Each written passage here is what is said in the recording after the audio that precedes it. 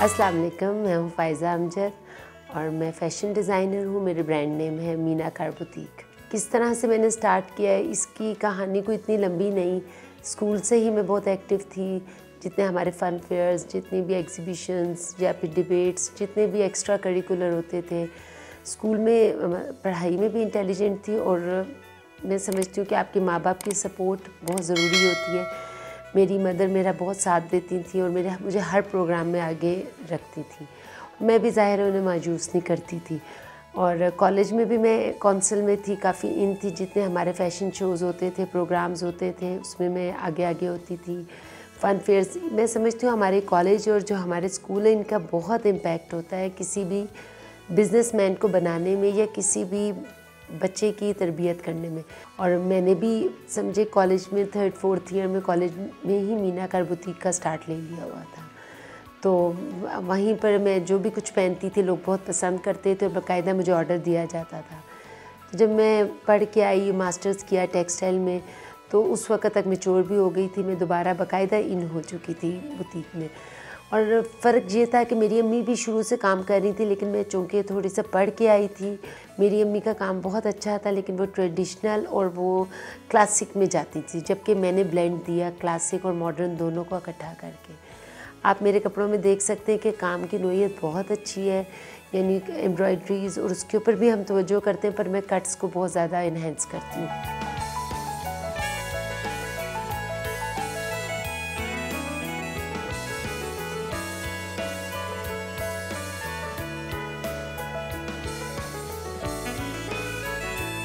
अब जो नई जनरेशन है वो कट्स पहनना चाहती हैं, वो स्टाइल में आना चाहती हैं, तो उनको अच्छा लगता है कि काम भी हो। अब हमारी जो पाकिस्तानी ख़वातीन हैं उनकी मेंटालिटी ये है कि कपड़ा ऐसा पहने जो कि मुँह से बोले कि मैं इतने का हूँ, हमें बताना ना पड़े कि भाई हमने 10,000 का या 20,000 का जोड़ा पहना है। तो इसलिए मैं एम्ब्रॉयड्रीज़ और एम्बेलिशमेंट के ऊपर बहुत तवज्जो करती हूँ कि उनका वो कपड़ा ब्रांडेड ज़रूर हो, पर उसकी वर्थ ज़रूर नज़र आनी चाहिए कि आपको कहना ना पड़े। तो यही हमारी क्वालिटी और यही हमारा स्टैंडर्ड हमें यहाँ तक लेके आया कि मैं फ़ैशन शोज़ के लिए लंदन गई, वहाँ पे फ़ैशन शोज़ किए, लोगों ने बहुत पसंद किया। और फिर कनाडा में हमने बुटीक बनाई, लंदन में, मैनचेस्टर में, लाहौर में, इस्लामाबाद में, मुख्तलिफ़ जगहों पे बनाई और माशाल्लाह बहुत अच्छा रिस्पॉन्स रहा। बस इसी तरह चलते चलते जो मैंने फ़ील किया वो ये कि आहिस्ते आहिस्ते ट्रेंड बदलता जा रहा है। अब मैं अगर पिछले 2003 से 2020 तक 17 इयर्स का जो मेरा टेन्योर है, इसमें मैं देखूं तो ट्रेंड बहुत चेंज हुए। एक वक्त था एक ख़ास क्लास कपड़ा पहनती थी। वो क्लास एक रिच लोग थे जो कि कपड़े पे बहुत स्पेंड कर सकते थे, हर बंदा नहीं करता था। और उस वक़्त जो बुटीक्स पे आते थे वो एक सिलेक्टेड लोग थे। लेकिन अब ये जो आपकी डिफरेंट ब्रांड्स हैं जिन्होंने रेडीमेड कपड़े निकाल लिए हैं, जो कि 10,000 में आपको एक ब्राइडल, एक semi formal, formal, even lawn के जोड़े आप देखें तो आपको घर बैठे मिल रहे हैं। उसकी वजह से मार्केट में बहुत चेंज आया है। और मार्केट में ये चेंज आया कि अब एक आम बंदा उसके रेप्लिका भी पहन सकता है। जो डिज़ाइनर चीज़ पहनना चाह रहा है, रेप्लिका ने मार्केट काफ़ी ख़राब की है। जब इन ब्रांड्स ने हमारी थोड़ी सी मार्केट को स्लो डाउन किया, तो उनकी मार्केट को रेप्लिका ने स्लो डाउन किया। लेकिन इसका फ़ायदा ये हुआ कि एक्सपोजर बहुत हो गया। हमारे पाकिस्तान की, इवन पाकिस्तान से बाहर लोगों को बहुत ज़्यादा नो-हाउ है। एक वक्त ऐसा था कि जब हम बाहर कपड़ा भेजते थे तो जो पाकिस्तान में 1-2 साल पुराना फ़ैशन होता था वो चला जाता था। उन लोगों को फ़र्क नहीं पड़ता था, उन्हें बस खूबसूरत कपड़ा चाहिए। लेकिन अब ये है कि बाहर के लोग बहुत ज़्यादा अप टू डेट हैं। उन्हें सोशल मीडिया ने, उन्हें फ़ैशन शोज़ ने, हर चीज़ से उन्हें नो-हाउ है कि इस वक्त शॉर्ट शर्ट चल रही है, लॉन्ग है, या इस वक्त किस किस्म के पजामे का फ़ैशन है। तो मैं समझती हूँ कि ये कुछ प्लस पॉइंट्स हैं। कंपटीशन बहुत ज़्यादा बढ़ चुका है। देखा जाए तो अच्छे से अच्छे की दौड़ में आपको हर रेंज में अब कपड़ा मिल सकता है और ये एक अच्छा हेल्दी कंपटीशन है। और मैं समझती हूँ कि एक जो है ना, इसमें मीडिया का बहुत ज़्यादा रोल आ गया है।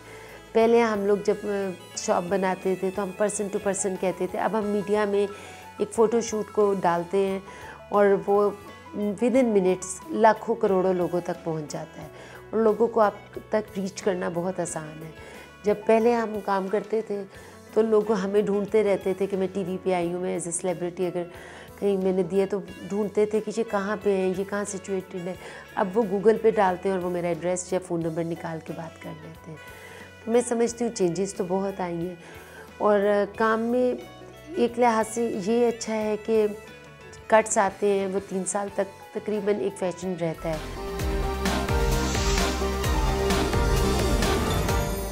पहले हमारा फ़ैशन सिर्फ शलवार कमीज़ था, लेकिन अब हम लोग साड़ी, मैक्सीज़, ट्राउज़र्स और इवन हम पेरिस के साथ कंपेयर अपने आप को कर सकते हैं, क्योंकि जो ओवरऑल वर्ल्ड वाइड फ़ैशन चल रहा होता है वही फ़ैशन पाकिस्तान में चल रहा होता है, थोड़ी सी रद्द-बदल और तरमीम के साथ। तो मैं समझती हूँ ये चीज़ें काफ़ी अच्छी हैं और सबसे बड़ी बात ये कि जो हमारी क्वालिटी है वो ये है कि हम बजट के ऊपर भी काम करते हैं। अगर कोई मेरे पास फैमिली आती है और वो चाहते हैं कि एक मुकर्रर करदा बजट के अंदर वो काम करना चाह रहे हैं, तो मैं उसके अंदर उनको बेस्ट सोल्यूशन देती हूँ और हम उनके बजट के अंदर रहते हुए उनके लिए काम करते हैं, क्योंकि कोई भी चीज़ मुश्किल नहीं है। हाँ, अगर आप कहें कि 20 लाख का जोड़ा 2 लाख में या लाख में बना दो तो वो पॉसिबल नहीं है। इसके लिए थोड़ा सा हमें लोगों को अभी एजुकेट करने की ज़रूरत है, क्योंकि बाज़-औक़ात लोग मेरे पास पिक्चर्स लेके आ जाते हैं कि मुझे इस डिज़ाइनर का काम चाहिए। तो मैं अव्वल तो कोशिश करती हूँ कि आप हमारे डिज़ाइंस में से पसंद करें। दूसरा, जो रेप्लिका और इन चीज़ों को अगर हम कम जाएँ तो हर बंदे की एक इंडिविजुअलिटी कायम रहती है। तो ये कुछ चीज़ें हैं जो कि चल रही हैं, लेकिन फ़ैशन इंडस्ट्री बहुत अच्छा ग्रो कर रही है। अच्छी बात ये है कि मैं भी कन्वीनियर हूँ फ़ैशन पंजाब की, फेडरेशन ऑफ पाकिस्तान में जो फ़ैशन स्टैंडिंग कमेटी है उसको मैं रन करती हूँ। मेरे साथ बहुत सारी डिज़ाइनर्स हैं। डिज़ाइनिंग का शोबा बहुत मज़े का शोबा है और अगर मैं तो समझती हूँ कि किसी भी काम को एज़ अ काम ना लिया जाए बल्कि पैशन बनाया जाए। और मेरा तो शौक़ है कपड़ा बनाना। मुझे बहुत मज़ा आता है अपने लिए भी कपड़े बना के और लोगों के लिए बना के, और जब कोई मुझे कस्टमर की फ़ीडबैक आती है कि वो बहुत अच्छे लग रहे हैं या वो अपनी पिक्चर्स भेजते हैं तो मुझे वाकई बहुत मज़ा आता है। और जो एप्रिसिएशन है, मैं कहती हूँ ये भी एक डिफरेंट फ़ील है कि अगर आपको लोग पसंद करते हैं, लोग कहते हैं कि आपका कपड़ा पहना हुआ हमें जच रहा है या हमें फ़िटिंग अच्छी आ रही है, तो मुझे बहुत अच्छा लगता है। तो मैं एक बात पे बहुत तवज्जो करती हूँ कि अगर मेरे पास कोई क्लाइंट आया है तो मैं उसको समझाती हूँ कि हर फ़ैशन हर एक के लिए नहीं बना।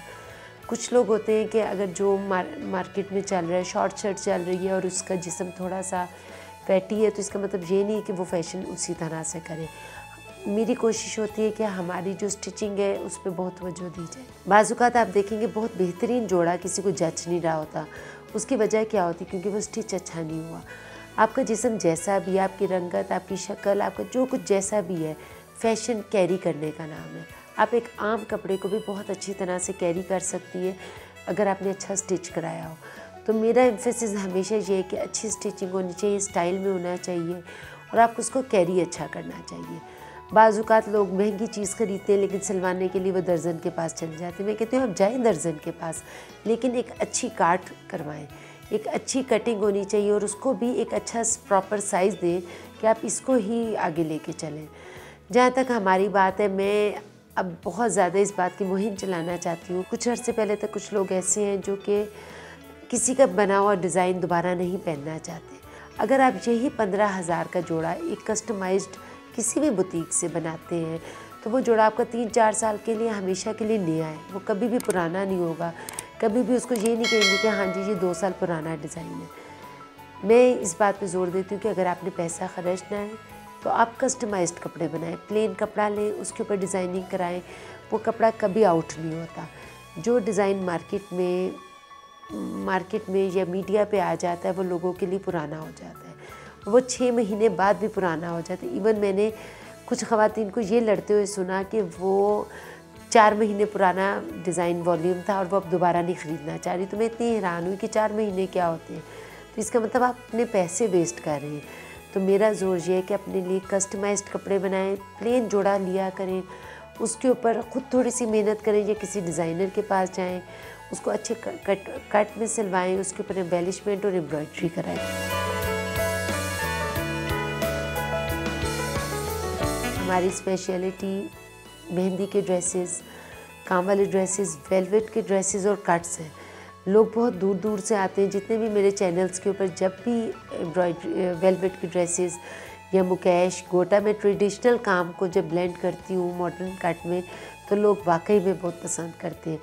और सबसे अच्छी बात ये कि मेरे एक क्लाइंट है जो 18 साल पहले मेरे से कपड़े बनवा के गई थी। उसने कहा कि ये मैं अपनी बेटी को कपड़े देना चाह रही हूँ और इस काम में इतना सा काम भी ब्लैक नहीं हुआ, काला नहीं हुआ, कोई काम ख़राब नहीं हुआ। तो ये खुशी की बात है कि अगर आपने एक अच्छी थोड़ा सा महंगा काम करा लिया होता है पर अच्छी जगह से कराया होता है और अच्छा काम कराया हो तो वो फॉरएवर रहता है।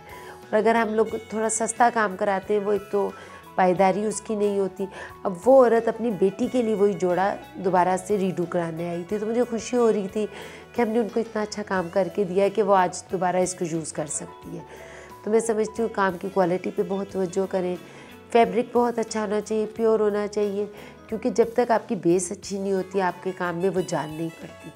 आप देखते होंगे कि आप मार्केट में वही कीमती डिज़ाइन में कपड़ा बना होता है और वही आप मॉडल को पहना हुआ देखते हैं तो उसकी शक्ल ही कुछ और होती है। वजह ये उसने ब्रांडेड जो मेकअप किया है, जो उसका कपड़ा, जो कपड़े की बेस, जो उसका जूता चाहे वो प्लेन भी है पर वो एक स्टैंडर्ड और क्वालिटी का है।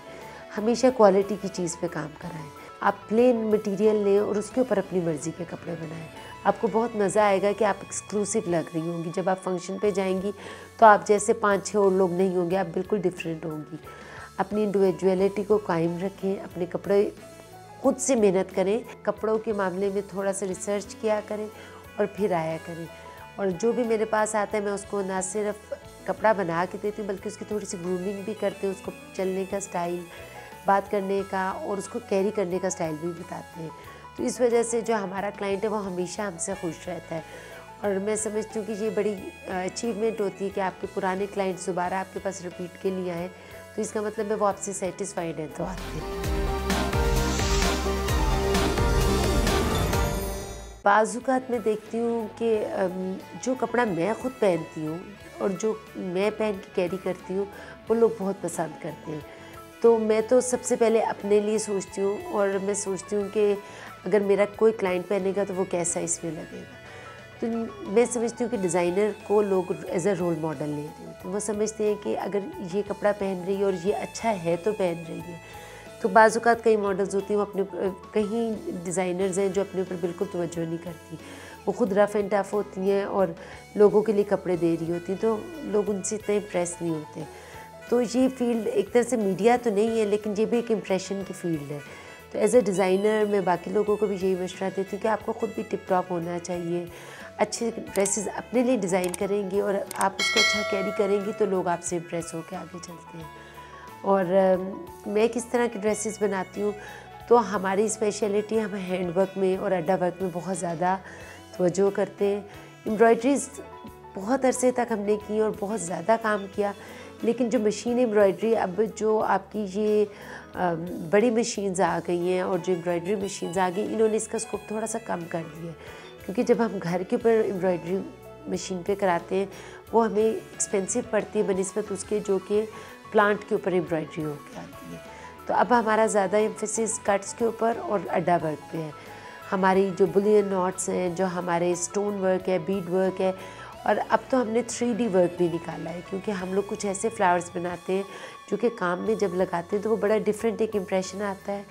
आपका लहंगा और आपका ड्रेस बहुत 3D, जैसे मैंने खुद भी पहना हुआ है कि ये एक 3D फ्लावर को बना के हमने जब लगाया है प्लेन के ऊपर तो वो एक ज़्यादा प्रोमिनेंट होता है। तो अब मैं तो यही कहती हूँ कि आप प्लेन कपड़ा बनाएं, प्लेन आपका फैब्रिक होना चाहिए और उसके ऊपर आपको उठाएं। हर शादी में लोग मुझसे पूछते हैं कि हमें बरी और जहेज़ में किस तरह के कपड़े रखने हैं, तो मेरा हमेशा मशवरा होता है कि 5 आपके ट्रेडिशनल और 5 आपके मॉडर्न ज़रूर होने चाहिए। जैसे कि पाकिस्तान की रवायत है, हमारी चुनरी, ये फॉर एवर हमारी एक पाकिस्तानी ट्रेडिशन है। आपकी चुनरी, आपकी मुकेश, पाकिस्तान के गोटा, इसका कहीं पे जोड़ नहीं। पाकिस्तान की अजरक, ये वो हमारे मटेरियल्स हैं जो कि पाकिस्तान के की स्पेशलिटी और इंडिविजुअलिटी है। हर लड़की अपना इसमें जोड़ा बनाना बहुत पसंद करती है। जामा वर्क का मटेरियल बहुत खूबसूरत पाकिस्तान में बनता है। इवन मैं दुबई में गई, मैं इंडिया के कपड़े देखे, लेकिन जो हमारे कपड़े की फिनिश और ख़ूबसूरती है, बेशक इंडिया हमसे बहुत आगे है और दुबई और बाकी लोग भी, लेकिन जो हमारी चुनरी, हमारी मकेश, गोटा और हमारे कुछ काम ऐसे हैं जो कि वाकई में इनका जोड़ कहीं पे नहीं है और हमारे काम की नोयत बहुत खूबसूरत है।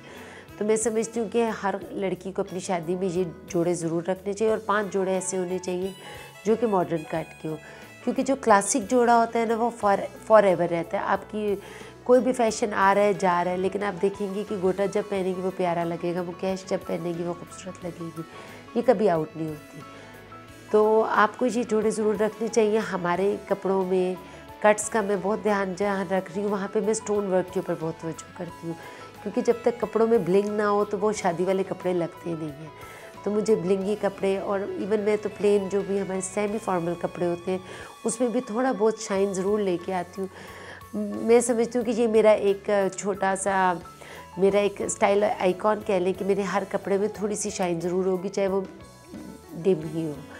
और मुझे पसंद है कि हर कपड़े में थोड़ा बहुत चमक हो, और उससे मैचिंग जूता ज़रूर हो। और मैं उसमें मेकअप की भी टिप्स लोगों को देती हूँ।